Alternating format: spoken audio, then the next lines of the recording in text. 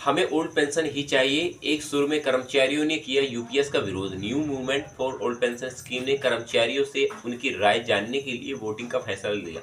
वहीं राष्ट्रीय आंदोलन एनओपीएस ने यूपीएस के विरोध में चरणबद्ध आंदोलन शुरू करने की चेतावनी तक दे डाली। नमस्कार साथियों, मेरा नाम है अनुज कुमार और आप देख रहे हैं अपना खुद का YouTube channel ABN news Bharat.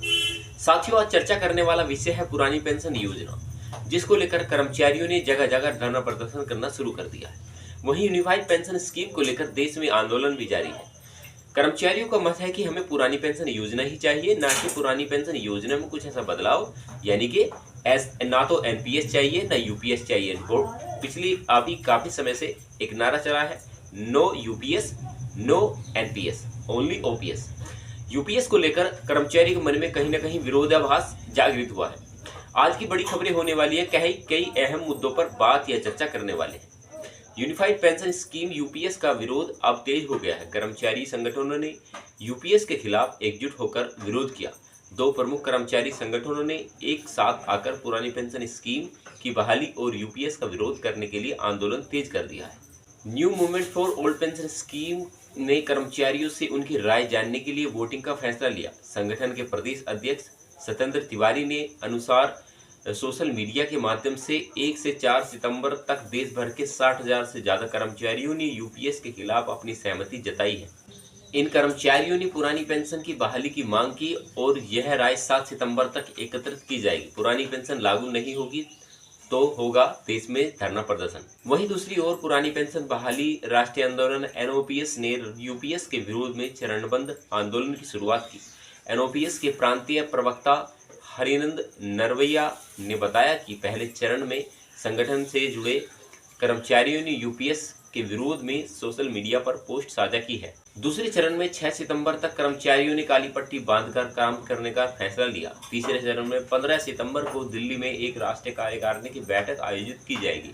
चौथे चरण में जिला मुख्यालय पर प्रदर्शन होगा। यदि पुरानी पेंशन बहाली नहीं की गई तो दिल्ली में संसद भवन का घेराव किया जाएगा। मध्य प्रदेश कर्मचारी संयुक्त मोर्चा के संरक्षक भुवनेश कुमार पटेल ने प्रांतीय बैठक की घोषणा की है। आंदोलनकारियों ने दिए पेंशन से जुड़े ये तर्क। 1 जनवरी 2005 के बाद नियुक्त कर्मचारियों को एनपीएस मिल रही है, जिनकी संख्या लगभग 6.5 लाख है।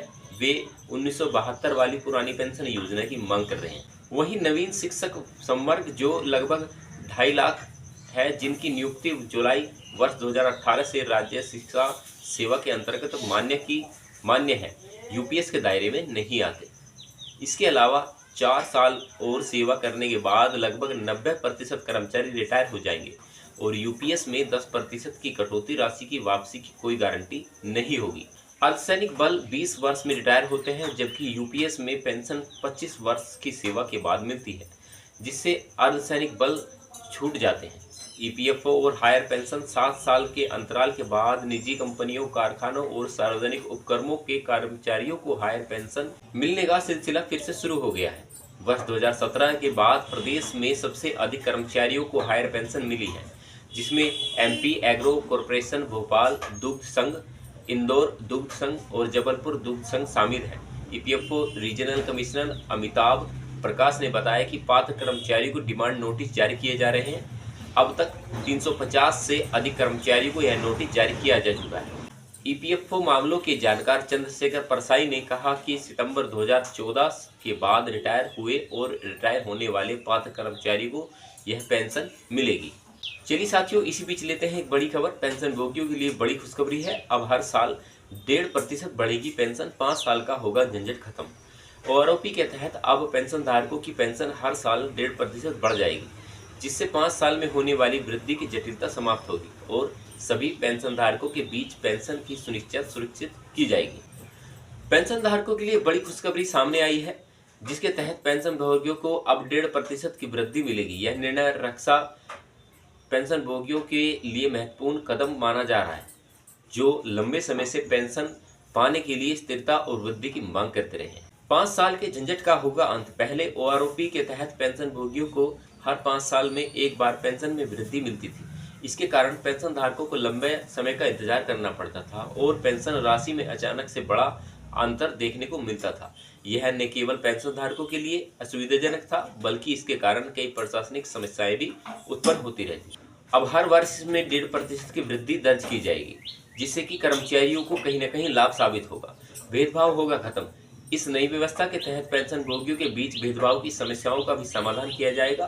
पहले ओआरओपी लागू होने के बाद अलग-अलग रैंक और सेवा काल के सैनिकों के पेंशन में असमानता बनी रहती थी, लेकिन अब 1.5% की वृद्धि से सभी पेंशनभोगी समान लाभ प्राप्त कर सकेंगे, जिससे भेदभाव की समस्या को प्रभावी ढंग से समाप्त किया जा सकेगा। इस पर सरकार का मानना है कि यह नए प्रावधान पेंशनधारकों की वित्तीय सुरक्षा को और अधिक मजबूत करेंगे।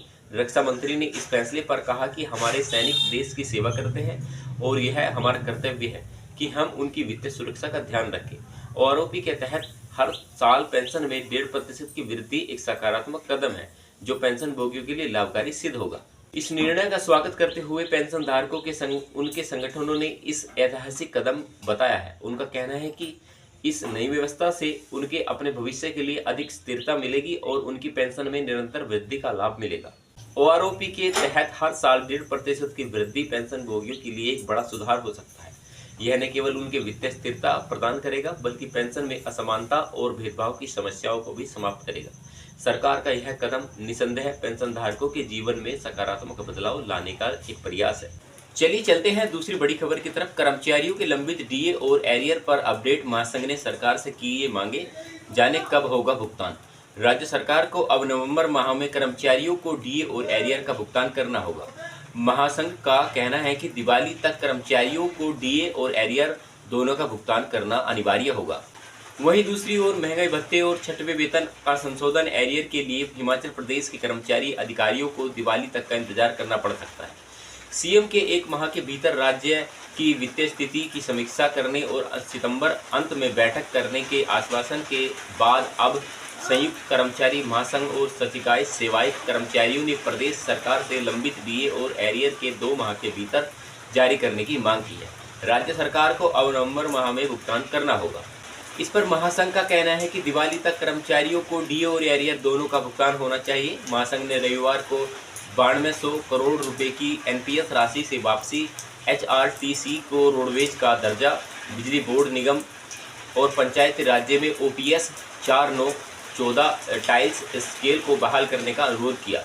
कर्मचारियों के साल में 2 बार नियमित अनुबंध नीति को समाप्त करना, नियमित भर्ती, आउटसोर्सिंग कर्मचारियों को नियमित वेतन भत्तों में संशोधन और ट्रांसफर पॉलिसी को 30 के स्थान पर 20 किलोमीटर प्रति करने के जैसी तमाम मांगों को आभास की मंजूरी मिलने के बाद सूचीबद्ध कर लिया। जल्द कर्मचारी राज्य सरकार की सभी मांगों को रखा जाएगा और इसके समाधान का आह्वान किया जाएगा। साथियों, आपको ये वीडियो की प्रतिक्रिया कैसी लगी? मैंने जो बड़ी खबरें आपको बताई हैं वो कहीं ना कहीं आपके लाभ की होने वाली है, तो ज़्यादा से ज़्यादा वीडियो को शेयर करें और ज़्यादा से ज़्यादा चैनल को सब्सक्राइब करें, ताकि आपको ऐसी ही नॉलेजेबल वीडियो अपडेट के थ्रू डेली मिल सके। और हमने अपने चैनल पर एक से एक बड़ी और रोचक जानकारियां दी हैं, जो कि कर्मचारी और पेंशन भोगियों के लिए कहीं ना कहीं लाभ वाली साबित हो सकती हैं। तो आप एक बार प्लेलिस्ट चेक कर सकते हैं और जाकर देख सकते हैं कि जो भी खबरें हैं वो कहीं ना कहीं आपके काम की निकलेंगी। चलिए साथियों, मिलते हैं आपसे ऐसे ही नॉलेजेबल मुद्दे के साथ। ज़्यादा वक्त नहीं लूँगा, बस आप चैनल सब्सक्राइब करें और वीडियो को ज़्यादा से ज़्यादा शेयर करें। तब तक अपना ख्याल रखें। तब तक के लिए जय हिंद, वंदे मातरम।